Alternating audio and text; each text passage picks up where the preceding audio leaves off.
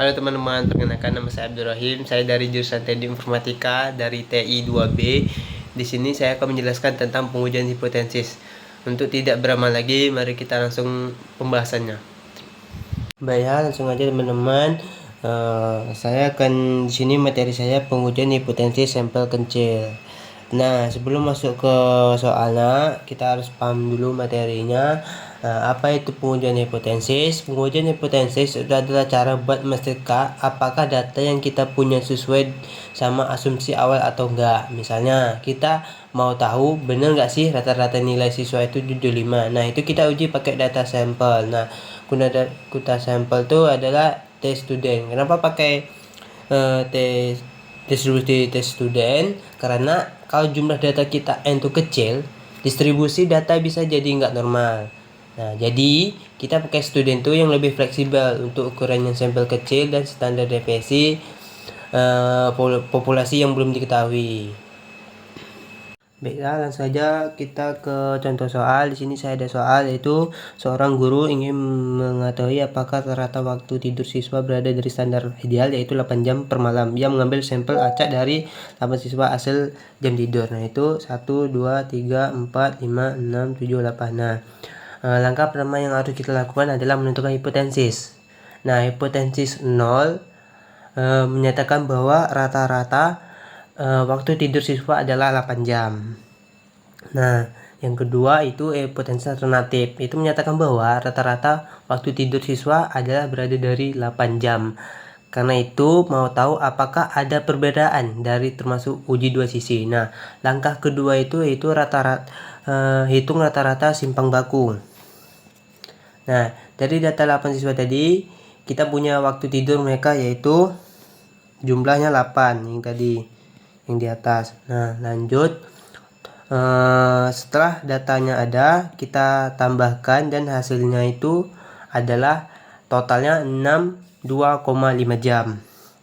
Nah, di sini dan kalau kita dibagi 8 itu hasilnya 7,8125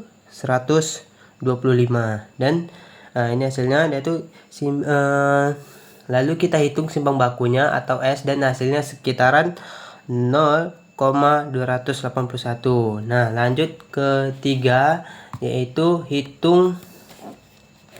hitung gunakan rumus. Nah, hitung T. Nah, di sini saya pakai kertas. Nah, di langkah ketiga ini kita masuk rumus utama uji. Rumusnya adalah T sama selisih antara rata-rata sampel dan rata-rata populasi dibagi dengan simpang baku dibagi akar dari jumlah sampel. Nah, lebih tepatnya, lebih memahaminya itu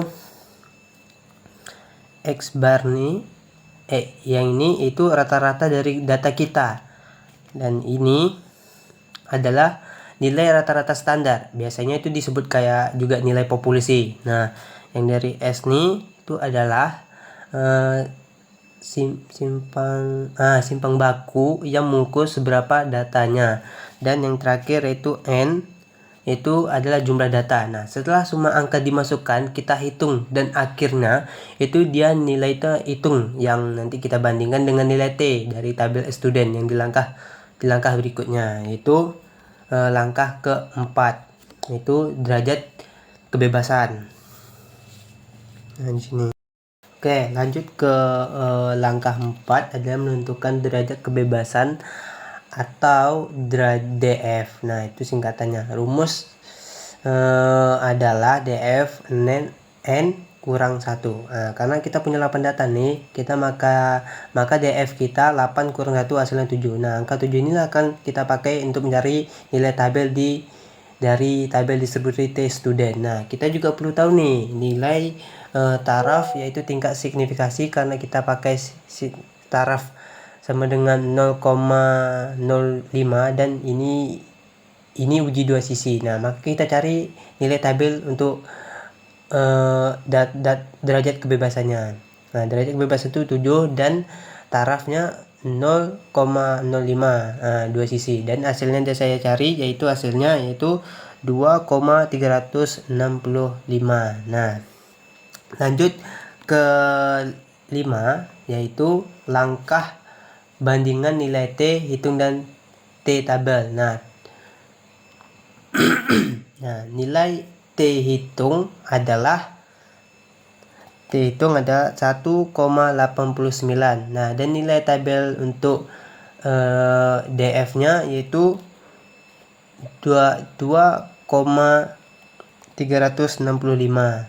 Nah, karena nilai T hitung masih berada dalam rentang positif 2,365 sampai 200,365, maka kita gagal menolak hipotensis 0. Nah, artinya tidak ada cukup bukti bahwa rata-rata tidur siswa berada dari 8 jam.